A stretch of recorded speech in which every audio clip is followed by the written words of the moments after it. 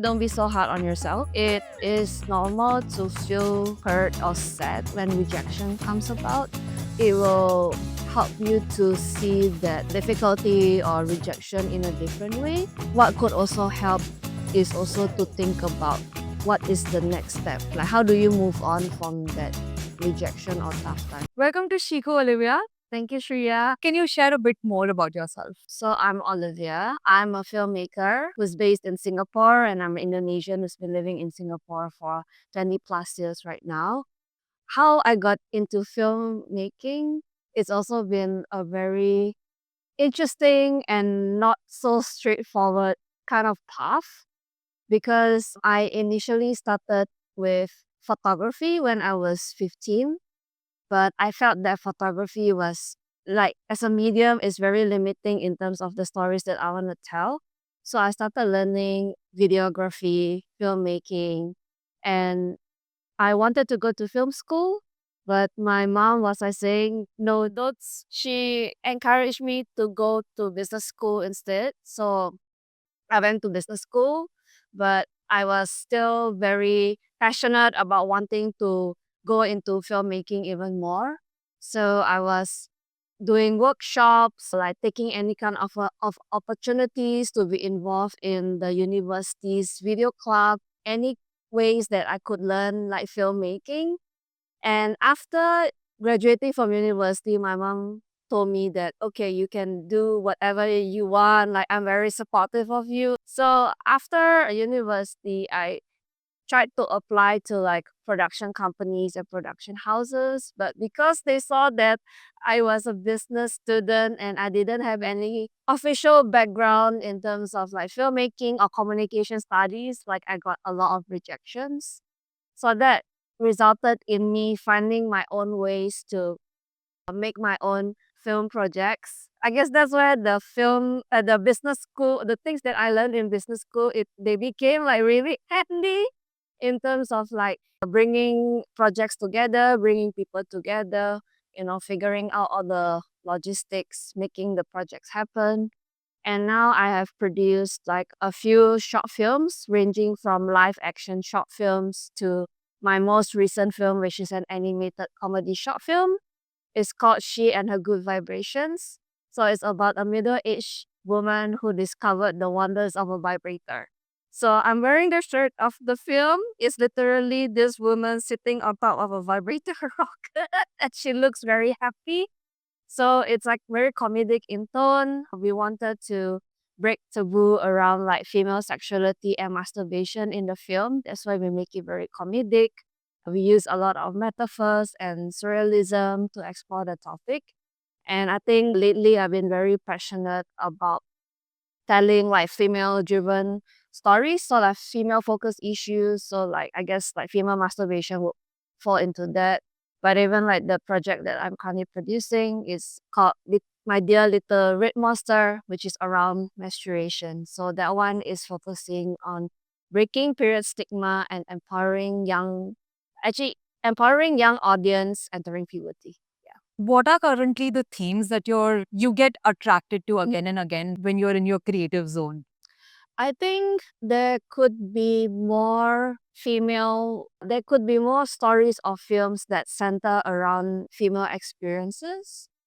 It is something that maybe growing up, I didn't realize that it was missing, because I think when I was watching films that like recognized that won a lot of awards in the past, and when I went to IMDb and they recommend like the top 200 films that you must watch.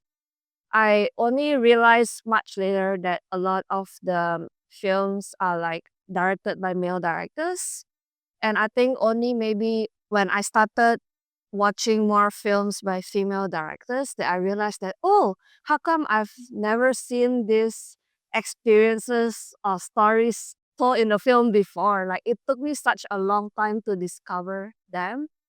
So I think it is important to tell these stories, particularly like female driven stories or female stories that are focused on female issues, because I think a lot of women would be able to really relate to it. and it will help to make them feel less alone. I guess sometimes it's like for example, for She and Her Good Vibrations, I mean, to give like the context, what inspired me to make that film. So there was like a university friend who went to Thailand, and then she went to the night market there, and then she bought hair massager, and she gave one to me because it was on 1 for 1 deal. And then the hair massager turns out to be a vibrator, because in Thailand it's illegal to sell vibrators. So that's how like they labeled it. Basically, when I was like using the vibrator, and then basically it broke down like after 1 month later, I think I felt very embarrassed to share that story, because I feel that there's still a lot of stigma around like female sexuality. But back then, because I was going to an acting school and they were doing like real life story showcase, and at that time, there's one edition that they were looking for real life stories around the theme of cravings. And then I was like, should I submit this story or not? I was very hesitant, right? Because I was so scared that other people would judge me. But I'm like, I think I just submit it. And then when I read it and I saw like my acting teacher like laughing, and like the audience, especially the women, they were like laughing so loudly, I realized that, oh, actually a lot of people could really relate to this story. But I think a lot of these women, even after the reading, and then some of them came up to me and then they shared with me that, oh, I still even feel uncomfortable talking about these things with my good friends. So I think by sharing these stories, I feel that I hope that I could like empower more people. What they go through, their experiences, it's normal. You've shared how powerful storytelling is. Yeah.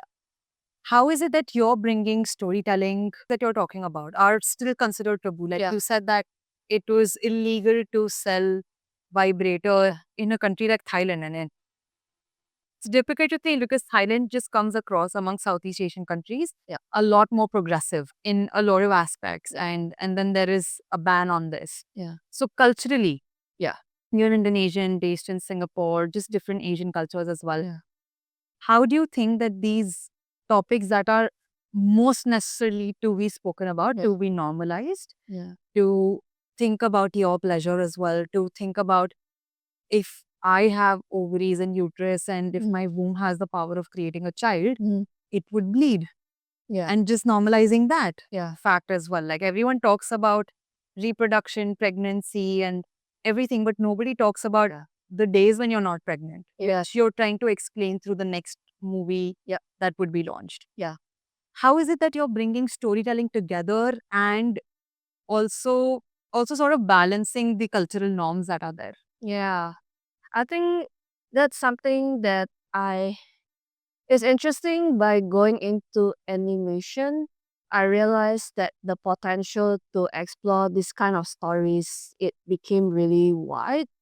Like I think for example, for She and Her Good Vibrations, I was having that idea of making it into a film after the real life story showcase, but it took me like a few years to realize that it has to be in animation format, because there happened to be that time there was an animation storytelling lab run by this festival called Cartoons Underground, and it connected the dots in my head. I'm like, this has to be in animation format.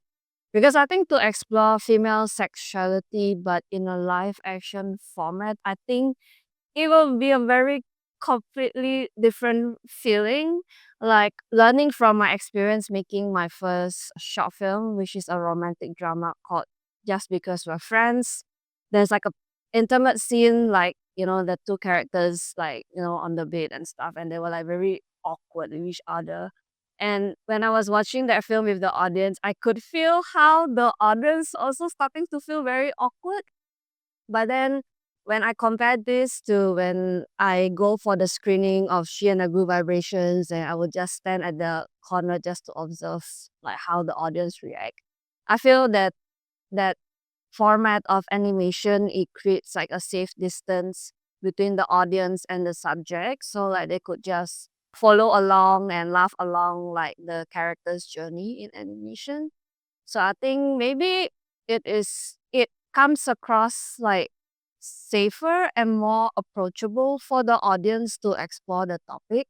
And because we can also use like a lot of metaphors or surrealism to explore the subject, I think that's where we can infuse a lot of fun and stuff. So for example, for Shiana Good Vibrations, like a metaphor that I tend to use to describe female orgasm is like being on top of a roller coaster. But just imagine like having to shoot that in a live action film with like real actors. I don't know, like I think it would be quite difficult to execute, but because we are doing it in animation format, like we can like really go wild with this. Likewise for the film that's like focusing on menstruation that I'm doing right now, My Dear Little Red Monster. I think animation is also the perfect medium to tell that story because with fantastical approach, we can, for example, include some scenes where, how to say, the female protagonist, which is this girl in like a middle school student, she gets swallowed up by the blood blobs that she had like a fantastical journey inside like her body, inside her uterus, to help her understand what is going through like her body, like the changes and stuff, and to be like less hard on herself. So I think, yeah, it's not something that with live action that you can do. I think that's what makes animation a very powerful storytelling medium. So I think for me as creative now, as I continue to grow, I think it's very interesting to see, like for example, in telling like the story, in choosing which is the perfect medium to tell the story, Mm. which would make it unique but also relatable to like more audiences. Yeah. There are lots of dots that have connected for you, lots of butterfly effect Yes. that you've experienced. And one thing that I believe what your mother said, go to business school because that paid off. And it's only as an adult you look back and you realize that, oh my God, they were right all along, right? So you've been to business school, you've now transitioned into storytelling, filmmaking, doing these productions, going for film festivals. Yeah. How did that transition occur for you? Because you did experience a lot of rejection as you get. What made you seamlessly, now that it looks back, it sounds very seamless, but what kept you motivated through the journey of transition? I think, yeah, it's like what you were saying, like on hindsight, it looks so smooth, but there were just like so many like bumps. I think, of course, like rejections can be hard to deal with, but I think what kept me going, looking back, I think was maybe watching other short films from my peers. It can be motivating in a good way, but it can be motivating in a funny or like terrible ways. Like if it's in a good way, I'm like, wow, like, like to let me feel inspired. Oh my gosh, like if the person can do this, I also want to tell that kind of story. The flip side will be like when the movie is so bad, then I'm thinking, oh, I can do better than that person. So I guess it works both ways. I'm also quite lucky in that I think over the years going for workshops and talks, just being able to meet other filmmakers and stuff, I think they become like my sort of like my community, I guess. Like whether like if I have any questions or anything, I could turn them for answers or like for support. And I think even to grow together with this community, whether because some will produce works over the years, so you also see them grow as a artist over the years. Then they also kept me going. Oh, I also want to make more works also. So yeah, I think those were the two things that kept me going. And oh, and also of course the support of my mom. I think that's been there throughout as well. Olivia, if there's one piece of advice or one wisdom thing that you feel that someone who is navigating a tough change, could be a tough conversation, Yeah. or a tough experience, given the power of storytelling, you've been able to showcase those tough conversations outside. What is one piece of advice that you would give someone who is experiencing that? I think going through any kind of tough experience, don't be so hard on yourself. I think it is normal to feel hurt or sad when rejection comes about. So it is also okay to just sit with the pain, to give yourself that space just to see the pain and stuff. But I guess, I don't know, some people say time heals all wounds. I don't agree with that all the time, but it does heal some wounds, right? So I think as some time has passed, I think it will help you to see that difficulty or rejection in a different way. But I guess, what could also help is also to think about what is the next step. Like, how do you move on from that rejection or tough time, right? Because, yeah, I mean, you can sit with it for a long time and sometimes you're like, oh no, complaining to others and stuff, right? But then I think it can also be good motivate factor to think of like, okay, if this is what happened, the door has closed for this one, what can I do next? Yeah. So feel, reflect, and action on it. So I'm very excited to share that She and Her Good Vibrations is now on YouTube and Vimeo, so people can watch the film. I'm also selling the film's t-shirt, which if you're watching this in the video, you can see like how cute it is. Very cute. It's like this woman on top of a vibrator rocket, celebration of like sex positivity and like female masturbation. If you really like the shirt and want to buy it, I think there'll be a link in the bio, right? Thank you so much for sharing, Olivia. I've enjoyed learning more about you and your journey.